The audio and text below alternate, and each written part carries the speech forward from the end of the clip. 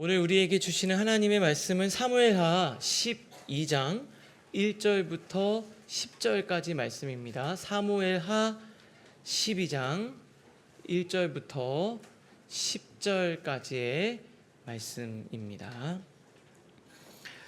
우리 찾으셨으면 다 같이 한 목소리로 우리 하나님 말씀을 봉독하겠습니다. 여호와께서 나단을 다윗에게 보내시니 그가 다윗에게 가서 그에게 이르되 한 성읍에 두 사람이 있는데 한 사람은 부하고 한 사람은 가난하니 그 부한 사람은 양과 소가 심히 많으나 가난한 사람은 아무것도 없고 자기가 사서 기르는 작은 암양 새끼 한 마리뿐이라.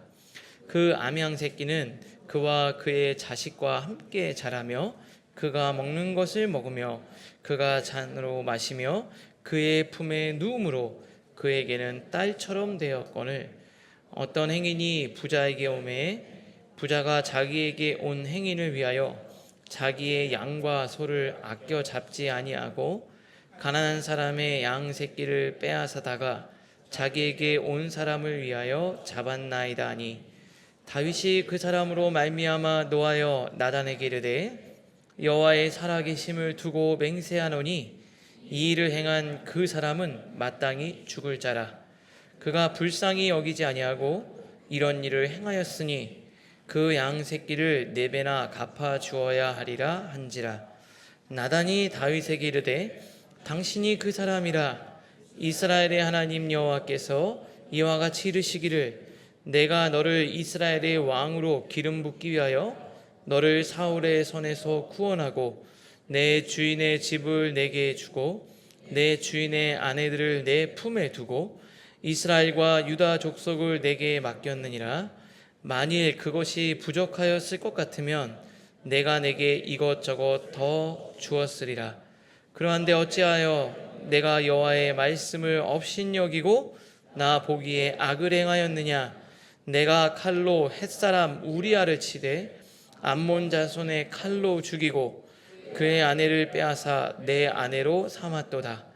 이제 내가 나를 업신여기고 햇사람 우리아의 아내를 빼앗아 내 아내로 삼았은즉 칼이 내 집에서 영원토록 떠나지 아니하리라 하셨고. 아멘. 우리가 지난주에 살펴본 이 사무엘하 11장에서의 다윗의 모습은 우리가 이제 알고 있었던 다윗의 별명이 뭡니까? 하나님 마음에 합한 사람. 그 다윗과는 너무도 다른 사람이었죠. 다윗은 이 성적인 욕망을 절제하지 못해서 너무나도 충성스러운 부하였죠. 우리야 그 아내 밧세바를 취하고요. 그리고 임신했다는 사실을 은폐하기 위해서 그 부하를 죽음으로 내몰았습니다. 그리고 나서 정리가 된 것 같아요. 그래서 아무 일도 없었다는 듯이 밧세바를 아내로 맞아들이고 아이까지 낳았습니다. 그러니까 이제 범죄가 완벽하게 감춰진 것 같았고 모든 상황이 그럴듯하게 이 정리가 된 것처럼 보였어요. 야, 이제 끝났다. 골치 아팠는데 이게 이제서야 좀 정리가 됐다. 그렇게 스스로는 생각했는지 모릅니다. 그런데 성경은 그 11장을 이렇게 마무리를 합니다. 우리 화면을 보면서 같이 읽겠습니다. 시작. 다윗이 행한 그 일이 여호와 보시기에 악하였더라. 다윗의 일상이 무너지고 욕망을 따라가고 거짓과 살인을 저지르면서 막 달려갈 때는 본문에 한 번도 여호와 하나님이라는 이름이 등장을 하지 않아요. 그러니까 마치 하나님께서 아무 말씀도 안 하시고 아무 행동도 일도 일으키시지 않는 것처럼 보이는데 11장 마지막 절에 아주 조용히 그리고 분명하게 하나님의 시선을 탁 등장시켜 놓고 있습니다. 하나님 보시기에 악하였다. 그리고 오늘 우리가 읽을 사무엘하 12장에는요 하나님 더 이상 침묵하지 않으시고 1장에서는 한 번도 등장하지 않고 마지막에 한 줄만 등장을 했는데 곳곳에 본문 전체를 여호와 하나님이 메우시면서 등장을 하기 시작합니다. 그리고 다윗을 책망하고 심판하시고 그를 회복시키시죠. 여러분, 하나님은요 다 보고 계십니다. 그리고 때가 되면 하나님은 반드시 움직이십니다. 하나님은 다 보고 계셨어요. 그리고 하나님은 때가 되니까 움직이시기 시작하셨습니다. 우리 옆에 있는 분 이렇게 쳐다보면서 이렇게 말씀해 주세요. 하나님은 다 보고 계십니다. 그리고 한 번 더 말씀해 주시겠습니까? 때가 되면 반드시 움직이십니다. 네. 찔리시나요? 뭐가 있으세요? 오늘 12장에서 하나님이 다윗에게 어떻게 말씀하시는지 몇 가지를 가지고 이제 12장을 하나씩 좀 살펴보려고 합니다. 첫 번째, 분개, 그 사람으로 말미암아 노하여. 하나님이 이제 보고 계셨고 1절, 12장 1절은 하나님이 나단 선지자를 다윗에게 보내셨다 이렇게 기록을 하고 있어요. 나단 선지자를 보내고 한 이야기를 빗대어서 말씀을 선포하는 거예요. 그러면서 나단 선지자가 이렇게 메시지를 전합니다. 왕이시여, 다윗 왕이시여, 이 한 성읍에 부자 한 사람이 있고 가난한 한 사람이 있었습니다. 근데 부자는 양과 소가 정말 많았고요.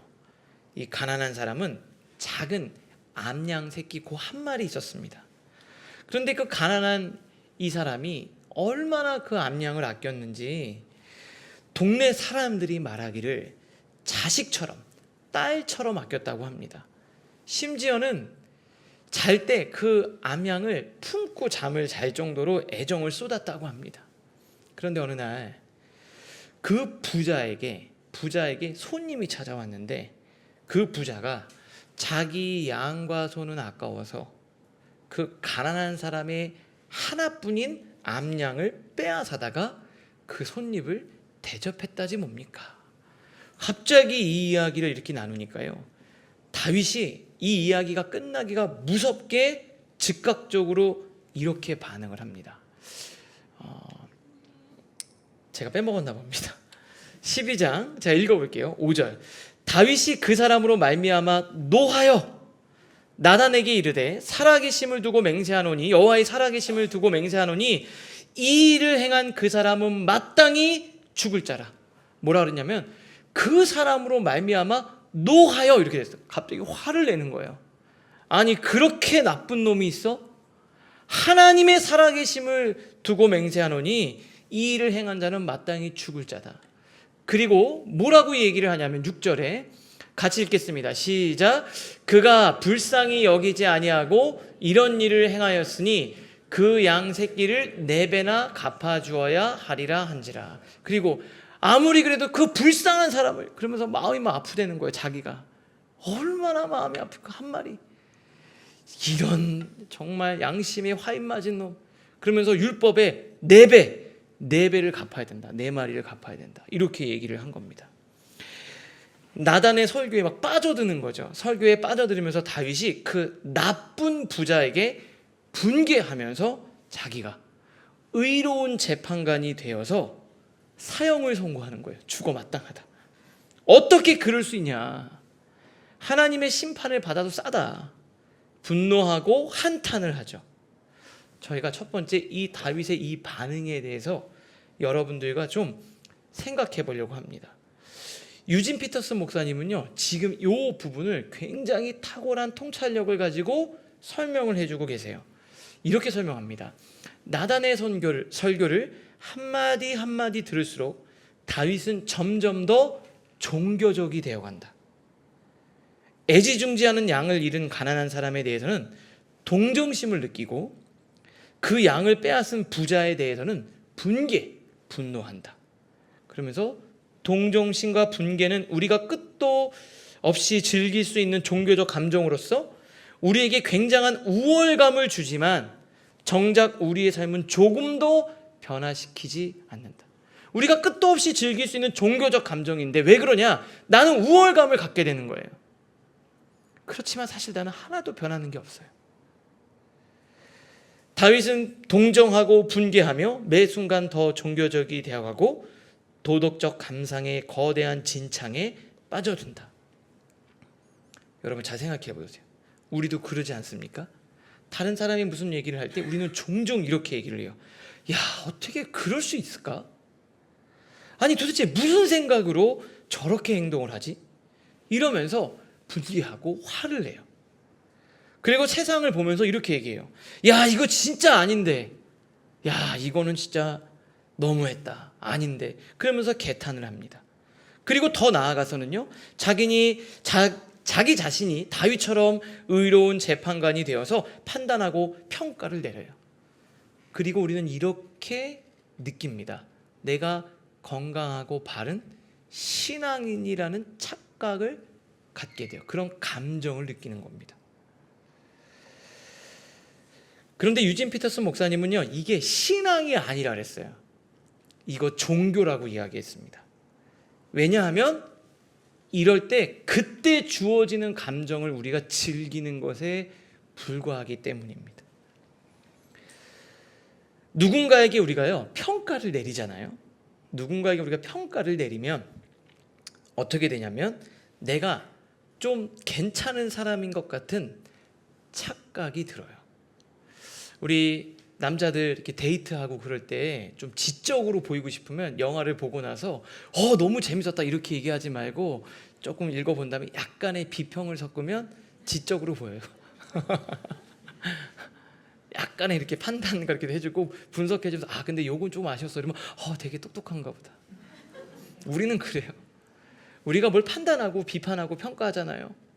그럼 내가 좀 더 괜찮고 내가 좀 더 낫고 내가 좀 더 똑똑하고 라는 느낌을 갖게 됩니다.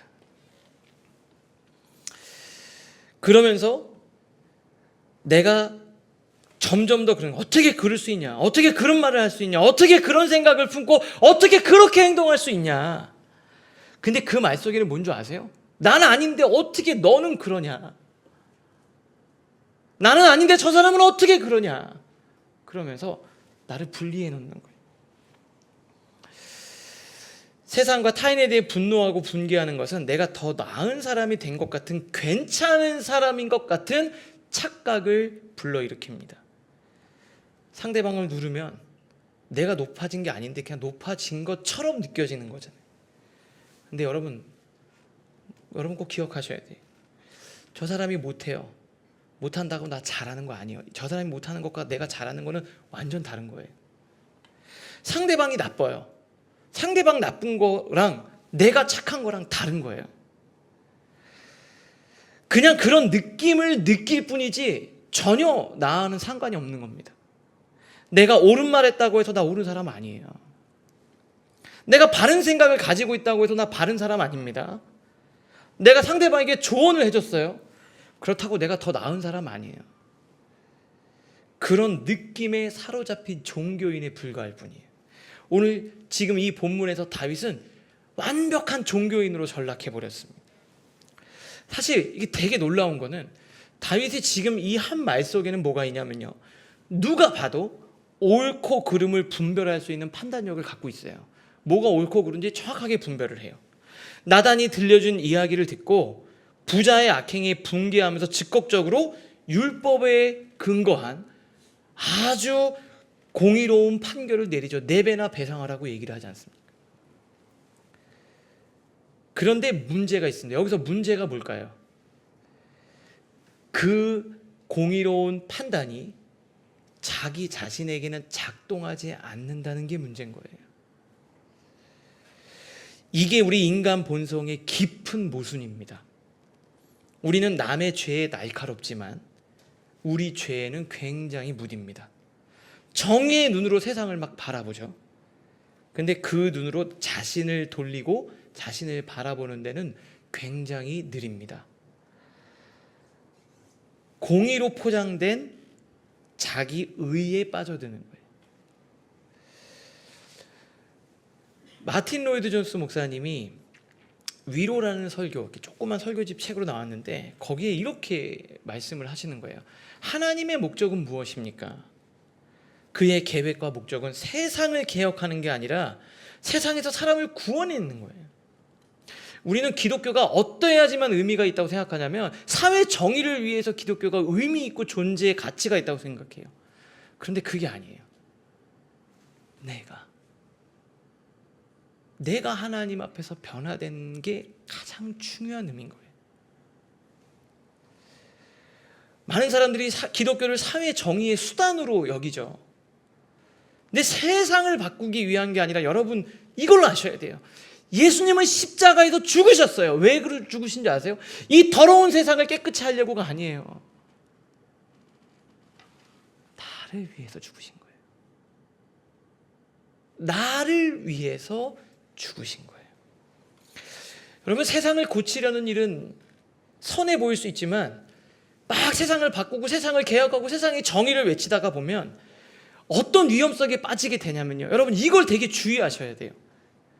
나를 회피하고 내면의 나의 부패함을 외면하게 만들 수 있어요. 그러면 그건 신앙 아닙니다. 그냥 종교가 되는 거죠. 기독교가 내가 아니라 타인이나 세상에 초점이 맞춰져 있고 그걸 변화시키는 게 목적이 되어버리면 우리는 그냥 한 사람이 신앙인으로서 되지 못하고 종교인으로 전락하게 되는 거예요.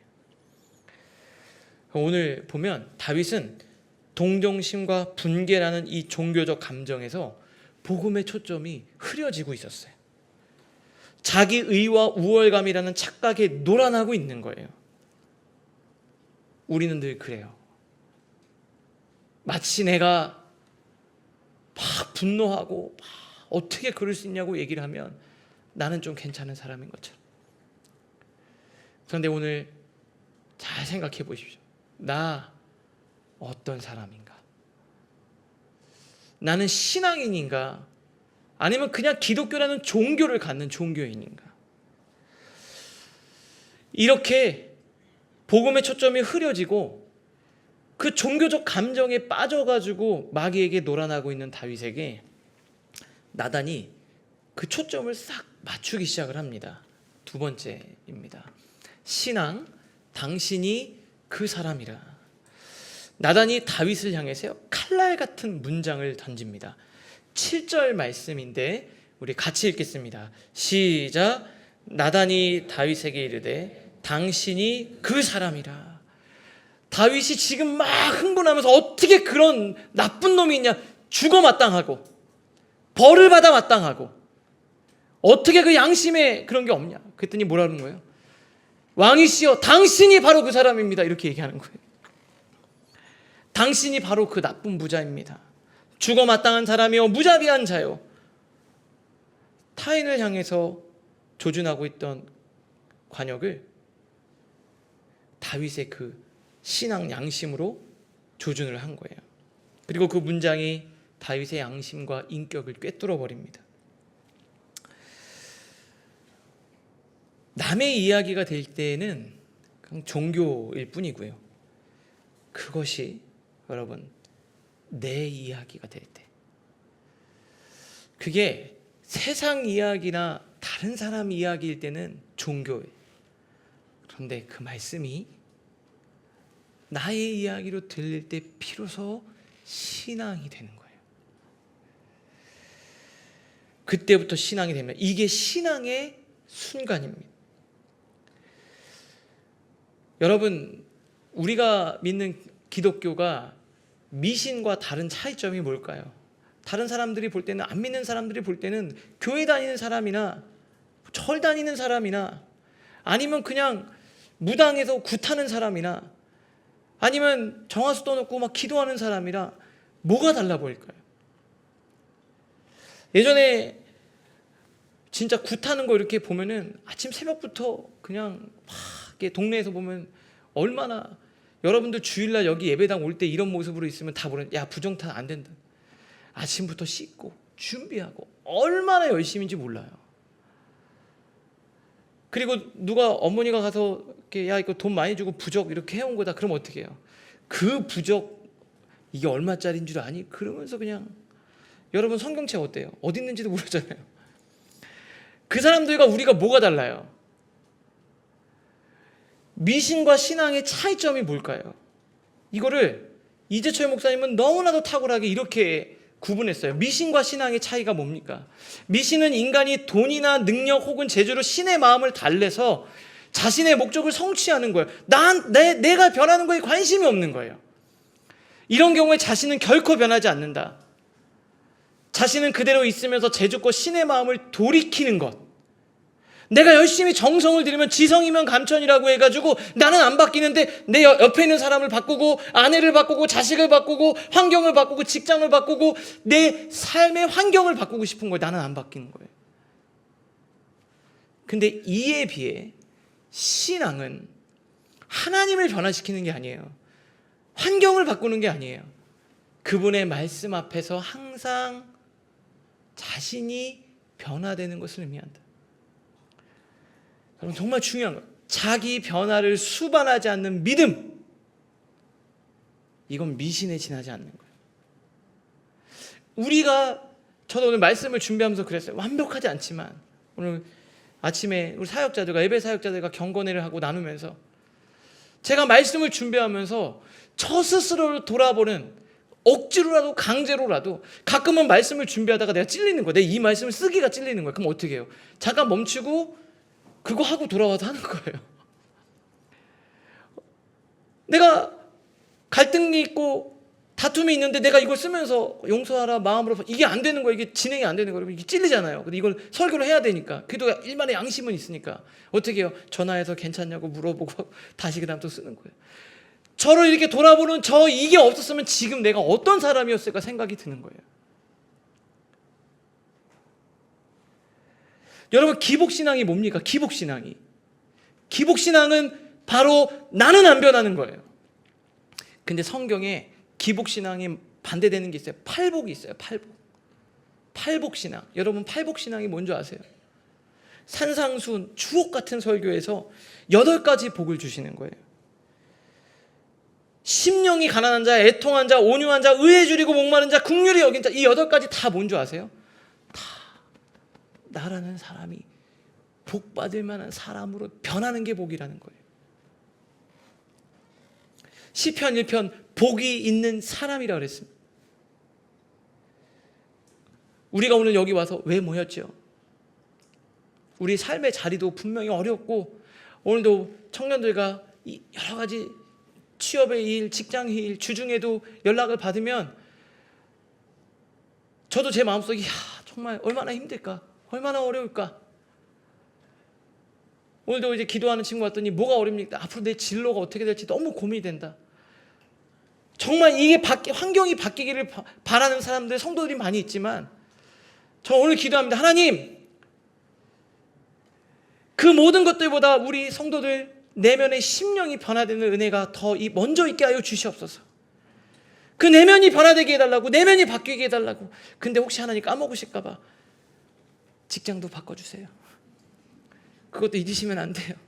그런데 먼저 저 친구 마음을 바꿔주세요. 여러분, 우리가 신앙인이라고 하는데 신앙인이 뭐예요? 내가 변화되는 것, 존재적인 변화를 경험하는 것, 그게 바로 우리가 추구하는 신앙이에요. 누가복음 5장에 보면 베드로가 예수님을 만나지 않습니까? 베드로한테 관심이 뭐였는지, 베드로 어부였습니다. 평생에 고기 잡아서 돈 많이 벌고 사업 대박 나는 게 꿈이었어요. 지긋지긋한 가난 때문에. 근데 요즘에 경기가 어렵다고 하잖아요. 그물을 내렸는데 건지는 게 없어요. 파리만 날린 거예요. 아무것도 안 하고 오늘 땡쳤다. 그리고 나서 딱 오는데 예수님이 베드로에게 다가오신 거예요. 그리고 이렇게 얘기해요. 시몬이 대답하이르되 선생님, 우리들이 밤이 새도록 수고하였을 때 잡은 것이 없지만, 아무것도 없지만 내가 말씀을 하시니까 한 번은 그물을 내리겠습니다. 그렇게 하고 그물을 내렸어요. 근데 이렇게 저기 가서 그물을 내리라는 거예요. 근데 자기가 생각할 때는 저 깊은 데는 안 되는 거거든. 자기가 지금 어부로서 짬밥이 장난이 아닌데 어디 그냥 새님 같은 분이 오셔가지고 저기 가서 그물을 던져 이렇게 한다고 이게 되겠어요? 근데 순종한 거예요. 웬걸 거기서 그물이 찢어지도록 된 거예요. 대박이 난 거예요. 그럼 여러분 같으면 어떻게 하겠어요? 여러분 같으면 어떻게 하겠어요? 저는 이런 생각이 드는 거예요. 야, 이분이랑 같이 사업을 하면 대박인데 그냥 지점만 알려주세요. 그냥 지점만 알려주면 예수님 오, 나 오 이렇게 그냥 가만히 앉아서 오를 버시는 거야. 이렇게 할 수 있잖아요. 내가 정말 원했던 나의 인생의 성공, 내 돈, 내 스펙, 내 삶의 변화, 그거 예수님이 주실 수 있는 분이잖아요.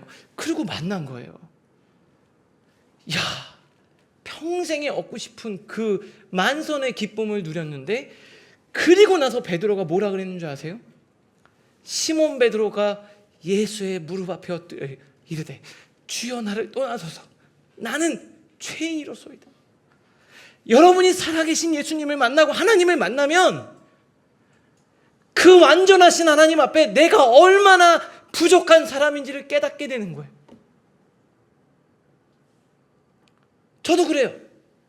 가정에 서 있건 누구를 만나건 내가 잘난 사람인 줄 알고, 그러나 말씀을 읽을 때마다 하나님을 앞에서 발견하게 되는 제 모습은 너무 형편없는 사람. 그게 남편으로서도 아버지로서도 자식으로서도 목회자로서도 한 인간으로서도 거기서부터가 우리가 신앙인으로 출발하게 되는 거예요. 주님, 저는 죄인입니다. 우리가 하나님 앞에서 확인하게 되는 것은 나는 하나님 앞에 죄인이라는 사실뿐. 하나님을 만난 모든 사람이 저 십자가에 매달릴 사람이 바로 나라는 것을 깨닫게 되는 거예요. 저는 어머니가 서원하셔가지고 목사가 돼야 된다 그래가지고 어렸을 때부터 목사가 돼야 되는 줄 알았어요. 초등학교 6학년 때 생활기록부를 띄면 1학년 장래희망 목사, 2학년 목사, 3학년 목사, 4학년 목사, 6년 내내 장래희망이 목사예요. 중학교 갔더니 1학년 목사, 장래희망, 2학년 목사. 고등학교 때 제가 미션 스쿨 여기 환일고등학교 나왔거든요. 거기는 종교부장이라고 일주일에 한 번씩 예배를 인도해야 돼. 갑자기 야, 종교부장 지원할 사람 딱 아무도 손을 안 들어. 근데 선생님이 생활기록부를 쫙 훑어보셨던 것 같아. 야, 성수, 네, 너 꿈이 목사지. 지금부터 연습해. 그래가지고 1년 내내 반 경고회를 제가 인도했어요. 2학년 때, 야, 2학년 때 종교부장 할 사람 손들어. 아무도 안 드는 거야. 1학년 때 종교부장 누구야? 저였어요. 네가 또 해. 이렇게 된 거예요. 3학년 때 종교부장 할 사람 아무도 손 안 들어. 자, 2학년 때 종교부장 누구니? 성수, 저요. 아, 저 1학년 때도 했는데 했더니 기왕 한 거 3년 내내 해라 그냥. 제가 그랬어요. 그래서 신학교를 들어갔는데 저희 집이 되게 어려웠어요. 저희 어머니가 거의 진짜 예수님의 거의 반 미쳐 사신 분이에요. 너무 어려웠고 신앙생활하기 힘드니까 제가 목사를 안 하려고 그랬어요. 목사 나는 안 한다. 자퇴를 했어요. 1년 다니고. 그리고 제가 어머니한테 그랬어요. 어머니, 당신 때문에 내가 이렇게 고생했다, 우리 집안이. 아니 도대체 무슨 생각으로 적금도 안 들고 저축도 안 하고 그냥 교회에다가 다 뭐 하나님 해주신다고 하나님이 주신다는 거예요. 도대체 뭐 언제 주시는 거예요? 그러면서 그렇게 하냐고. 엄마 때문에 내가 그런 거라. 엄마 그 맹목적인 신앙 때문에 우리가 다 고생한 거라. 엄마 때문에 고생한 줄 알았어요. 근데 제가 하나님을 만났어요. 인격적으로. 제가 대학교 다닐 때 만나고 나서 첫 번째 드는 생각이 뭔지 아세요? 엄마 때문이 아니었어요. 나 때문이었어요. 나를 하나님이 목회자로 만들려고. 여러분은 오늘 말씀을 보면서 여러분의 인생에 야, 내가 우리 남편 만나가지고 내가 우리 아내 때문에 자식 때문에 당신 때문에 그러면 여러분은 종교인에 불과한 거예요. 오늘 말씀을 통해 여러분 내면이 보여지고 부서지고 깨어지는 은혜가 있기를 주님의 이름으로 축복합니다. 보통 우리가 은혜 받았다고 하면은 제가 목회하면서 아, 목사님 정말 은혜 받았어요 이러면 대부분 많이 이렇더라고요. 목사님 설교랑 나랑 내 생각이랑 딱 맞아. 이럴 때 은혜 받았다고 하더라고요. 아, 뭐 목사님 역시 우리 목사님 진짜 저거거든. 내가 말한 게 저거야. 이렇게 얘기하는 거예요. 여러분의 생각과 목사님의 생각이 맞는 거예요. 저 사람이 진짜 목사지, 이 시대 참종이지. 내 생각을 강화시켜주고 내 자아를 더 견고하게 만들어주는. 그런데 여러분, 진짜 은혜가 뭡니까? 진짜 은혜가 뭡니까? 내 생각이 깨지는 게 은혜예요. 내 생각이 깨지는 게 은혜예요. 여러분, 야곱이 평생 자기 힘으로 살았어요. 그런데 자기가 어떻게 할 수 없는 한계 상황에서 형을 만나러 가는 그 마지막에 야복강가에서 천사랑 씨름을 하잖아요. 자기가 어떻게든 악을 써서 돈 벌고 어떻게든 해가지고 자기 마음에 드는 여자랑 결혼하고 이룰 거 다 이뤘어요. 근데도 불안과 두려움이 해결이 안 되는 거예요. 자기가 해결이 안 되는 게 있는 거예요, 이 안에. 그 죄책감이 웅크리고 있는 거예요. 형을 속였다라는 그 죄책감이.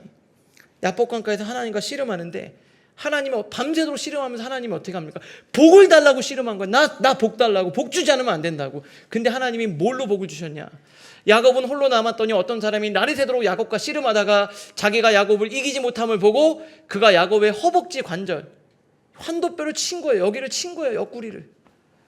야곱의 허벅지 관절이 그 사람과 씨름할 때 어긋나서 평생 다리를 절어요.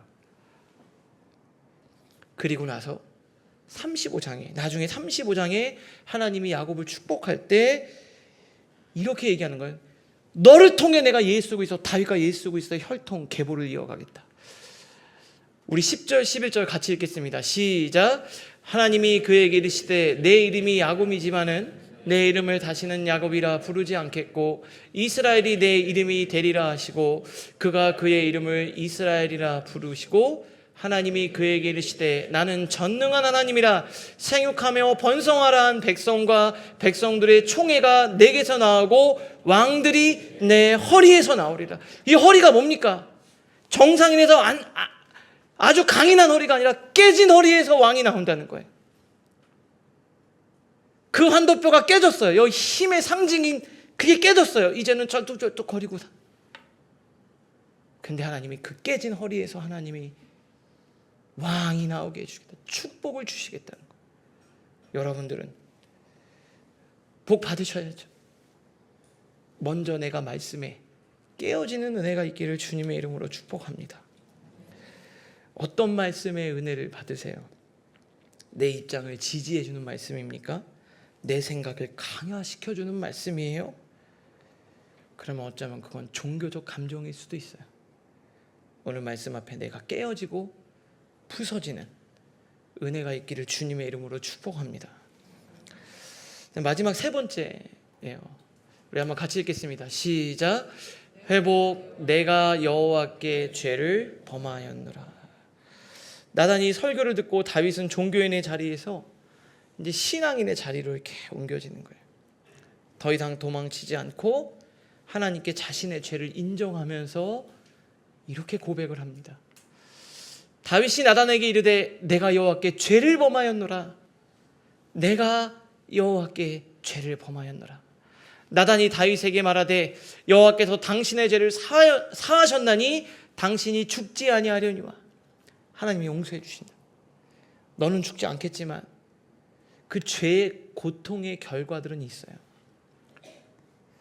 그래서 나중에 그 아들 병들어 죽어요. 그리고 가정의 고통이 끊임이 없어요. 죄의 그 결과가 있어요. 그 죄의 부작용이 있다고요. 만약 그것마저도 없었으면 다윗은 또 그런 죄를 저질렀을지 몰라요. 하지만 하나님이 그를 다시 일으켜 주셨어요. 죄로 인한 고통은 피할 수 없지만 과정을 통해 진정한 회복을 하나님이 다윗에게 허락해 주신 거예요. 다윗은 이런 생각했을지도 몰라요. 야, 이게 드러나면 끝인가? 나는 여기서 끝나는 건가? 인정하면 돌이킬 수 없을 거라고 생각했는지 모르지만 여러분, 진짜 내가 인정하고 회개할 때 여러분이 생각지 못한 놀라운 축복과 회복이 있어요. 하나님과 여러분들 간의 관계도 마찬가지인 것 같아요. 오늘 하나님이 여러분을 부르시는 거예요. 여러분이 오늘 여기 다 어떤 연유로 왔는지는 전 모르겠어요. 그러나 하나님이 여러분을 부르시고 찾고 계시는 거예요. 하나님이 가장 원하시는 게 뭘까요? 바로 여러분의 그 마음을 원하시는 거예요. 그 마음을 원하시는 거예요. 시간이 걸리겠지만 하나님은 다윗을 회복시켜 주셨어요. 여러분, 우리가 어떻게 부족한 인간인데 죄 안 짓고 살겠습니까? 어떻게 실수하지 않고 그렇게 살겠어요? 그런데 그걸 피하지 않고 인정하고 하나님 앞에 회개하고 내 삶에 다른 결단이 있을 때 하나님이 우리를 다시 받아주시는 거예요. 여러분, 베드로는 예수님을 향해 욕을 했어요. 가룟 유다는 예수님을 팔았어요. 둘 다 죄를 졌어요. 그런데 베드로는 회개하고 통회하며 울었어요. 가룟 유다는 그냥 후회하고 거기서 멈췄어요. 우리가 후회하고 아쉬워하고 그러지 말았어야 되는데 땅을 치고 후회하는 것을 넘어 오늘 이 시간 하나님 앞에 내가 회개하고 용서를 구하고 하나님 앞에 은혜 앞에 나갈 때 하나님이 여러분을 회복시켜 주시는 거예요. 시편 51편은 이 다윗의 설교를 듣고 눈물을 흘리면서 하나님 앞에 회개의 고백을 쓴 노래가 시편 51편이에요. 그때 다윗이 이렇게 고백을 해요. 주께서는 제사를 기뻐하지 아니하시나니. 제사를 왜 안 기뻐하시겠어요? 그렇지 아니하면 내가 드렸을 것이라. 주는 번제를 기뻐하지 아니하시나니. 내가 지금 제사를 드리고 번제를 드려도 하나님 안 받으신다는 거예요. 왜요? 내 마음이 깨진 내 마음을 하나님이 받기를 원하신다는 거예요. 하나님께서 구하시는 제사는 상한 심령이라. 상하고 통회하는 마음을 주께서 멸시하지 않으시니. 오늘 여러분의 그 마음을 하나님이 받기 원하시고 그렇게 나갈 때 하나님이 기뻐하신다는 거예요. 주의 은택으로 시온에서 선을 행하시고 예루살렘 성을 쌓으소서. 하나님이 다윗에게 진짜 쌓기 원하는 성은 무너진 성전이었어요. 오늘 우리 사랑하는 라이프처치 성도 여러분, 하나님 앞에 우리 정말 하나님 앞에 회개하며 기도합시다. 내가 가졌던 마음, 사실 내 가정에서 아내한테 상처 주는 것도 있고 남편한테도 있고 자녀들한테도 있고요. 그런데 오늘 하나님, 전 너무 부족해서 연약해서 그랬는데 하나님 저 용서해 주시고 그 마음을 위로해 주시고 하나님 앞에서 온전히 서게 하여 주시옵소서. 그럴 때 하나님이 우리 공동체 안에, 여러분의 가정 안에 놀라운 회복을 주실 겁니다.